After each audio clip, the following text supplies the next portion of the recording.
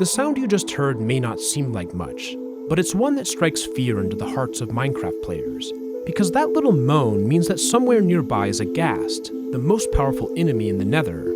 It's exceedingly mobile with the ability to float wherever it wants to go, making it especially difficult to defeat. Furthermore, the Ghast possesses a dangerous ranged attack, one which causes explosions that can destroy most blocks, knock the player off a ledge, and shatter Nether portals.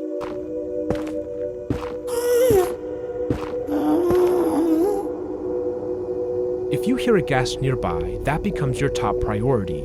There are very few things in Minecraft that are this dangerous. And yet, the sounds of the Ghast are not what we would expect from the second largest mob in Minecraft. There are no mighty roars, no huge bellows. Instead, the Ghast lets out whimpers, painful moans, cries of anguish. The Ghast's face is sunken, its expression gloomy. Upon death, it drops a single tear. The Nether's most powerful mob is not angry, it's crying. Have you ever wondered why? Tonight, we are going to take a deep dive into the Ghast, where we'll find that it is the victim of a tragedy, a horrible injustice. We will aim to answer one of the questions that Minecraft players have been wondering for over a decade. Why is the Ghast crying? Join me for a dive beneath the waves.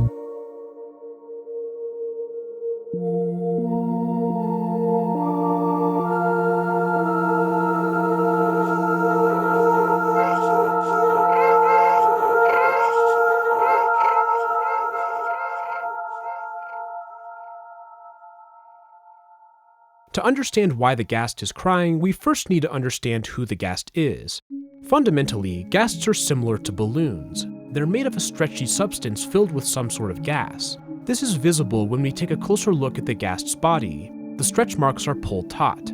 This is how the Ghast is able to float around. By being very low density, it can use its tentacles to swim through the air. The idea of a Ghast as a balloon is even referenced in the game. An advancement called Is It a Balloon requires the player to look at a Ghast through a spyglass. There are other flying mobs in the game, but none of them do it just like the Ghast. Most other flying mobs have wings, and others like the Wither and the Blaze do not have any sort of blimp-like structure. In this way, the Ghast is unique. The Ghast's capabilities are so powerful that it may seem as though it's the apex predator of the Nether. After all, the ability to fly wherever it wants and shoot long-range projectiles is a very difficult mix to overcome. Just ask any newer Minecraft player. And yet, the Ghast is no predator. In fact, it apparently doesn't care about the other mobs in the Nether at all. It will never attack any of them. Even if it is damaged by a stray piglin arrow or a blaze fireball, the Ghast will not retaliate. Instead, the Ghast focuses solely on the player. Even other humanoid mobs are spared. Zombies, villagers, pillagers, and golems. It will never attack them. No, the Ghast has one enemy and one enemy only: us. This is a pretty intriguing scenario for a couple of reasons. First, how does the Ghast even know what we are?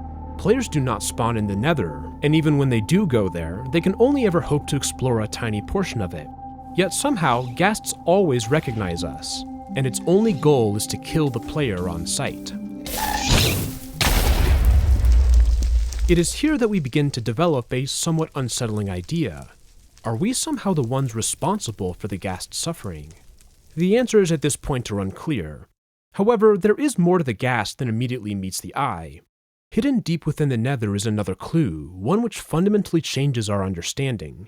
To find it, we'll need to take a journey to one of the most unique biomes in Minecraft, the Soul Sand Valley.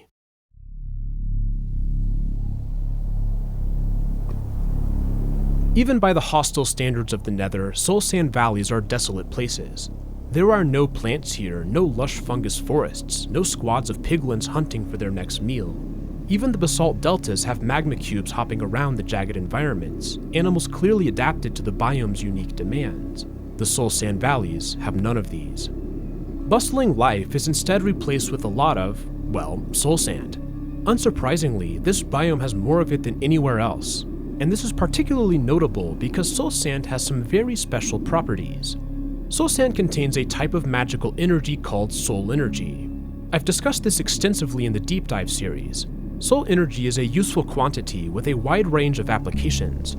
It can do simple things like keeping soul fire burning indefinitely.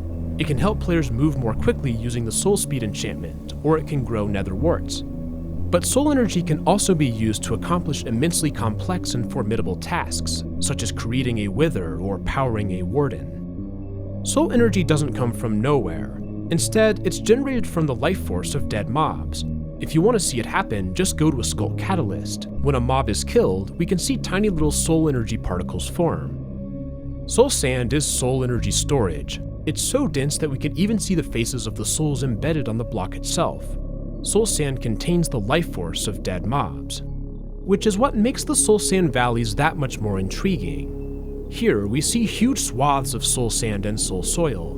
This represents a vast amount of stored energy, and this energy had to come from somewhere. Soul sand valleys represent the deaths of countless beings. We can see some of them in the valleys themselves. Skeletons are everywhere, the undead remnants of humanoids who died long ago. Perhaps this was at one point an ancient graveyard, the final resting place of countless corpses. But there are more than just human remains. We also see the bones of a much more spectacular variety, nether fossils protruding from the sand. And these fossils are massive. There are rib cages as large as 8 blocks wide. Whatever beast this used to be must have been a sight to behold. Now though, it's dead and dry. Its energy has been sucked out by the soul sand. And it is here, in this desolate place, that we find another clue about the Ghast. Next to the gargantuan nether fossil is a tiny shriveled block called the dried Ghast. The soul sand hasn't just sucked the life force out of skeletons and fossil beasts, it's done so for the Ghast as well. In fact, if we listen carefully, we can hear the sounds of it happening in real time.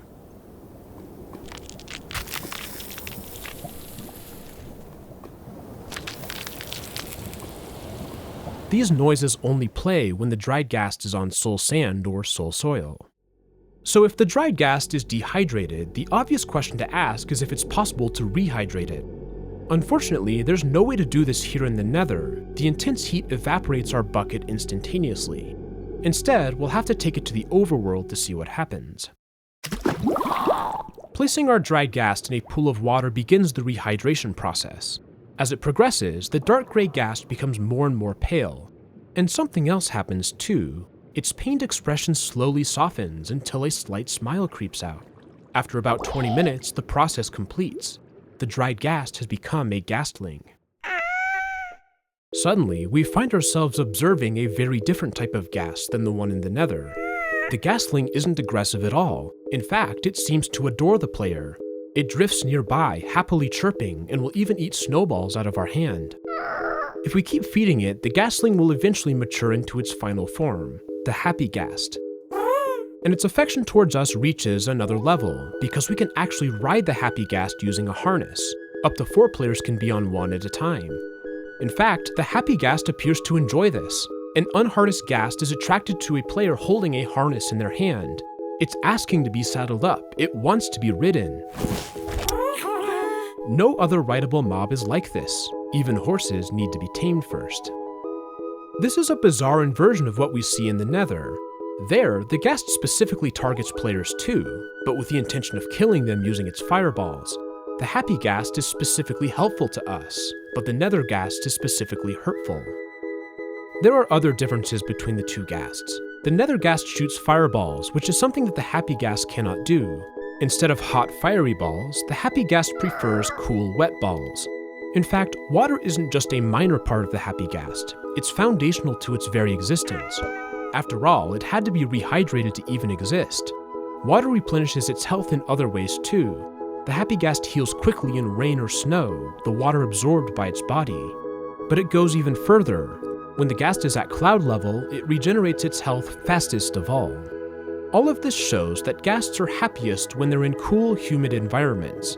The Ghast loves snowballs, it loves rain, it loves clouds. The Happy Ghast is clearly supposed to be soaring through the skies, a carefree and peaceful being that watches the world from afar, its white body camouflaged in the mists of the clouds. And yet, when we look to the skies, there are no Ghasts to be found. They don't spawn naturally in the overworld at all. We can only find them in the hostile environment of the Nether. After observing the happy Ghast, it's now strikingly obvious that the Ghast in the Nether do not belong here. Hydrated happy Ghasts have twice the health points of Nether Ghasts. Happy Ghast replenish their health near water, something that does not exist in the Nether. And of course, there's the most important thing of all. Happy Ghasts are happy, while Nether Ghasts are not. And the Ghasts in the Nether aren't suffering just because of a lack of water. The heat of the Nether has a different, especially painful effect on them. We can see it when we look at the Happy Ghast and the Nether Ghast side by side. The Nether Ghast is a little bit bigger than the Happy Ghast. Not by much, but enough to be noticeable. Remember, Ghasts are full of some type of gas. This is what allows them to float. And gases have an interesting property. They want to expand as the temperature rises. You can try this out for yourself. Putting a balloon in the freezer will cause it to compress, and when it warms up, the balloon will slowly get bigger again. The same thing is happening with the Ghasts in the Nether. This place is far more hot than the native overworld, causing their soft bodies to expand painfully. The Ghasts are stretched beyond their limits. Their existence is one of suffering. This is one reason that they cry, scream, and moan. Because the Nether is an environment that punishes them in a unique way. The Ghast is not an enemy, it's a victim. It has been known for years that the Ghast is foreign to the Nether. There's a particularly provocative advancement called Uneasy Alliance. In it, the player must rescue a Ghast from the Nether, bring it safely home to the overworld, and then kill it. The term rescue is key. We don't have to steal a Ghast, we don't have to kidnap one, we have to save one. We need to bring it back to the overworld, home where it belongs. If you're anything like me, this advancement has always felt a little bit unsettling. Why does it want us to rescue something just to kill it? Can that really be considered a rescue? This isn't just some random text, this is an advancement, something that the game specifically wants us to do. Doesn't it feel like this is making us act in a particularly cruel way? Perhaps there's a reason for this. Maybe the advancement is trying to tell us something about the Ghast and its history. Is it possible that someone who looked like us is responsible for the Ghasts being trapped in the Nether? The player is not the first human in the Minecraft world, far from it. If you've seen my previous deep dives, you'll know that Minecraft used to have a species of humanoid beings, known as the Ancient Builders or Ancient Civilization. These are the people who constructed the many abandoned structures found in the overworld, but they suffered a massive zombie plague, wiping them out. The skeletons and zombies that we see today are the undead versions of these Ancient Builders. The Ancient Civilization was immensely capable. They explored the overworld on ships, they constructed ancient cities, they found a way to the Nether. The Ancient Builders had a strong understanding of the natural environment, and they surely would have understood the capabilities of the overworld Ghast as well. As they developed their infrastructure in the Nether, the abilities of the Ghast would have been particularly notable to them, a floating creature that was easily rideable, one that could even hold 4 people. Furthermore, it was a creature that enjoyed being ridden, and one that was loyal. The Ghast was perfect for traversing the Nether, floating above the hostile lava pools, exploring the caves, constructing structures, and moving equipment around. The Ancient Civilization designed their Nether buildings with the Ghast in mind. Fortresses have large landing pads, perfect for leaving a Ghast. Bastions are similar with open landing strips. In fact, many bastions have no access to the surface at all. They're jutting straight out of the lava. This would be a horribly impractical design, unless, of course, you had a floating form of transportation. There's even more evidence for this. Ghasts can specifically spawn in the treasure room bastion remnants. Furthermore, piglins can also barter dry Ghasts, despite the fact that they never enter soul sand valleys. All of this points to the idea that the Ghasts were specifically used as an ancient form of Nether transportation. And I chose the word used for a reason, because unfortunately, the Ancient Builders were not always good stewards of the environment. They had a tendency to conquer rather than to live in unity. For example, the piglins were oppressed by them, forced to mine gold in bastions specifically designed to prevent their escape. The Ancient Builders had a streak of cruelty. There's no doubt in my mind that the Ancient Builders realized that the Nether was a hostile environment for the Ghasts. They were simply not suited to the brutal heat, and many of them perished. Some simply withered up, and the Ancient Builders put them in the graveyards in the soul sand valleys. And as the Ghasts in the Nether died and shriveled, the Ancient Builders took more and more of them from the overworld. After all, their entire infrastructure was built on it. Without the Ghasts, the Ancient Builders would have no way to travel in the Nether. And slowly, the number of wild ghasts in the cloudy skies began to dwindle. The once common sight of ghasts floating carelessly and peacefully became increasingly rare, until one day, the final ghast was gone. It may feel implausible that a once abundant species could have been hunted down to nothing. However, situations like this have occurred in the real world. As recently as 200 years ago, the passenger pigeon was the most common bird in North America, numbering in the billions. Huge flocks flew through the air. Reports from the 1800s describe the sound as an army of horses laden with sleigh bells, so loud that conversation was impossible. But now, there are no more passenger pigeons. They were hunted on a mass scale, and over the course of many decades, their numbers decreased. In 1914, a passenger pigeon named Martha died in the Cincinnati Zoo. She was the last known living being of her species. And with that, the birds that once swarmed the skies were gone forever. A similar situation may be what happened to the ghasts, a once abundant and peaceful species soaring through the clouds, taken from their home and forced to live in the hostile environment of the Nether. Most of these Nether ghasts dried or shriveled up. But for the lone few that managed to survive, they found themselves in a unique hell. The loving and peaceful beasts were taken from their home by those who they thought were their friends. They were betrayed by the ones they trusted the most, the ancient builders. And so they shoot their fireballs at us, the only human that still exists. Their overstretched bodies shudder painfully as they attack. And when they finally do manage to kill us, the ghasts return to their moans and cries of a deep sadness. For the people that they loved the most are the very ones that cursed them to float in the fiery depths forever.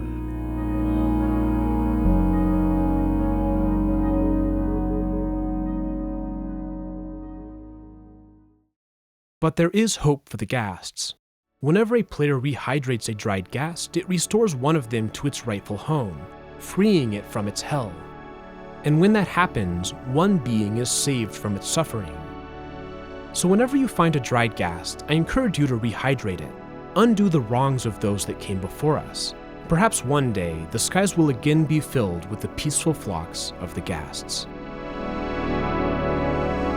This has been RGN. Thank you so much for watching, and I'll see you all in the next video. Have a great day.